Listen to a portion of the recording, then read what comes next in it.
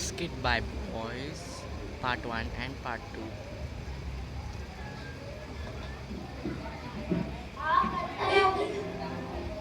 இப்பொழுது நாம் ஒரு தீர்க்கதரிசி வாழ்க்கையில் நடந்த ஒரு சில சம்பவங்களை பார்க்க போகிறோம். யார் அந்த தீர்க்கதரிசி என்று நினைக்கிறீர்களா? நமக்கு அந்நீரின் தீர்க்கதரிசி எரேமியா தான். இவர் பென்யமீன் கோத்திரத்தை சேர்ந்தவர். தகப்பன் பெயர் இல்கியா. இவர் யூதாவின் ராஜாக்கள் ஆகிய யோசியா, யோயாக்கிம் மற்றும் சிதேக்கியா வாழ்ந்த காலகட்டத்தில் வாழ்ந்தவர். இடம் எருசலேம். எரேமியா தீர்க்கதரிசி சிறுவனாய் இருந்த பொழுது ஒரு நாள் கர்த்தருடைய சத்தத்தை கேட்டார். நான் உன்னை தாயின் வயிற்றில் உருவாகும் முன்னே உன்னை அறிந்தேன். நீ கர்ப்பத்தில் இருந்து வெளிப்படும் முன்னே நான் உன்னை பரிசுத்தம் பண்ணி உன்னை ஜாதிகளுக்கு தீர்க்கதரிசியாய் கட்டளையிட்டேன் என்றார். கர்த்தராகிய ஆண்டவரே, நான் சிறு பிள்ளையார், நான் பேச அறியேன், நான் சிறு பிள்ளையா இருக்கிறேன். நீ சிறு பிள்ளை என்று சொல்லாதே, இதோ என் வார்த்தைகளை உன் வாயிலே வைக்கிறேன் என்று சொல்லி கர்த்தர் எரேமியாவின் வாயை தொட்டார்.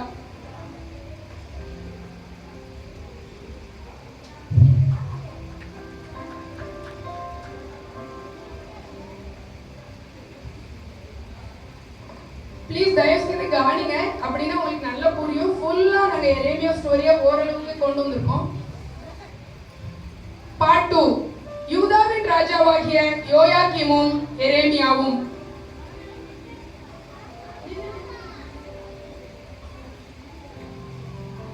யோசியா ராஜாவின் குமாரனாகிய யோயாக்கிம் ராஜாவாகும் பொழுது 25 வயதாய் இருந்தான். அப்பொழுது எரேமியாவின் வயது 40. எரேமியாவாக சாம். யோயாக்கிம் ராஜாவாக ராய்டன். பிரபுக்களாக சந்தோஷ் அண்ட் பாலா.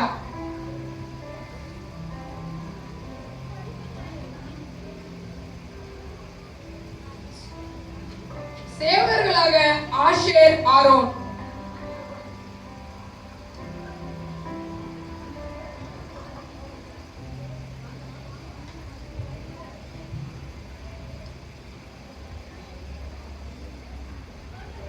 இடம் கர்த்தருடைய ஆலய பிரகாரம். காலம் யோயாக்கிம் ராஜாவின் 1ஆம் வருடம். எரேமியா ஆலய பிரகாரத்திலே நின்று கொண்டு ஜனங்களும் மற்றவர்களும் கேட்க, பிரபுக்களும் கேட்க சொன்னது என்னவென்றால், நான் ஏற்கனவே தீர்க்கதரிசிகளை அனுப்பி சொன்னதை நீங்க கேட்காம போனதால இந்த ஆலயத்தை சீலோவிலும் இந்த நகரத்தை பாதுகாக்க என்று கர்த்தர் சொல்லுகிறார். இந்த ஆலயம் சீலோவுக்கு போல் மாறும் என்று நீர் எப்படி சொல்லலாம்? இவனை பிடியுங்கள். மனிதன் கொல்லப்பட வேண்டும். பாபிலோனியர்கள் நிச்சயமாக இந்த நாட்டுக்கு வந்து தீக்கிரையாக்குவார்கள். நானும் உங்க கையில இருக்கேன். என்ன கொன்னா யார் ரத்த பலி உங்க மேல.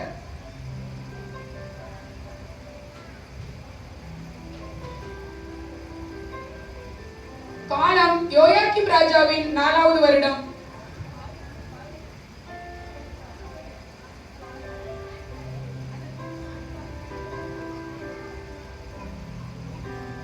கர்த்தர் எரேமியா தீர்க்கதரிசியை நோக்கி, யோசியா ராஜாவின் நாள் முதல் கொண்டு நான் யூதாவை குறித்து சொன்ன எல்லா வார்த்தைகளையும் ஒரு புஸ்தக சுருளில் எழுதி அவைகளை ஜனங்களின் காதுகள் கேட்கும்படி வாசி என்றார். பாரூக் சொல்லுங்கள். நான் சொல்லுததை அப்படியே ஒரு புத்தக சுருளில் எழுது. அப்படியே செய்கிறேன்.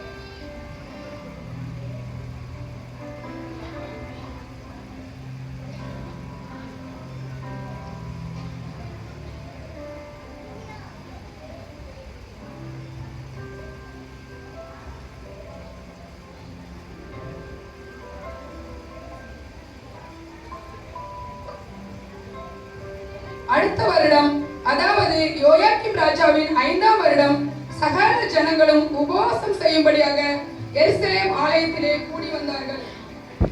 அப்பொழுது எரேமியா தீர்க்கதரிசி பாருக்கை அழைத்து சுருளை அவன் கையிலே கொடுத்து ஜனங்களின் காதுகள் கேட்க வாசிக்கும்படி அனுப்பினான். பாரூக் சொல்லுங்கள்.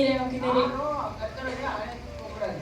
அதனால இந்த புத்தக சுருளில் உள்ளதை அங்க போய் வாசி. அப்பமா அவங்க கடினமான இருதயம் மனம் திரும்பணும். அப்படியே செய்கிறேன். யோசியா ராஜாவின் காலம் துவங்கி இந்த 23 வருடமாக நான் சொல்லிக் கொண்டு வந்ததால் நீங்கள் கேட்காமல் போனீர்கள். அந்நிய தேவர்களை பணிந்து கொள்ளாமலும் ஆராதனை செய்யாமலும் இருப்பர் என்று நான் சொல்லிய வார்த்தைகளை கேட்காமல் போனபடியால் என் ஊழியக்காரனாகிய நேபுகாத்நேச்சார் என்னும் பாபிலோனிய ராஜாவை அழைத்து வருவேன். நீங்கள் 70 வருடமாக பாபிலோனிய ராஜாவை சேவிப்பீர்கள் என்று கர்த்தர் சொல்லுகிறார். இதனை கேட்ட பிரபுக்கள் பயந்தார்கள். அவர்கள் பாருக்கை நோக்கி, நீயும் எரேமியாவும் போய் ஒளிந்து கொள்ளுங்கள், நாங்கள் இவைகளை ராஜாவுக்கு அறிவிப்போம் என்றார்கள்.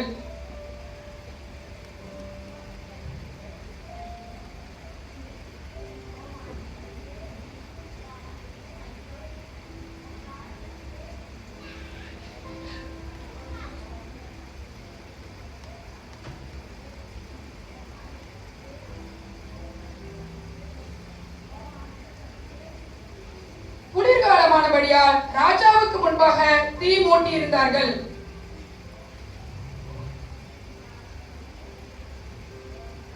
ராஜாவே நீர் என்றும் பார்க்கிறேன். கூறுவதை கூறுங்க. அதே அதே என்ன தயக்கம், உங்க முகங்கள் ஏன் வாடி இருக்கின்றது? பாபிலோனியர் வந்து நம்ம படையை கைப்பிடிப்பார்கள் என்று பார்த்து சொன்னதாக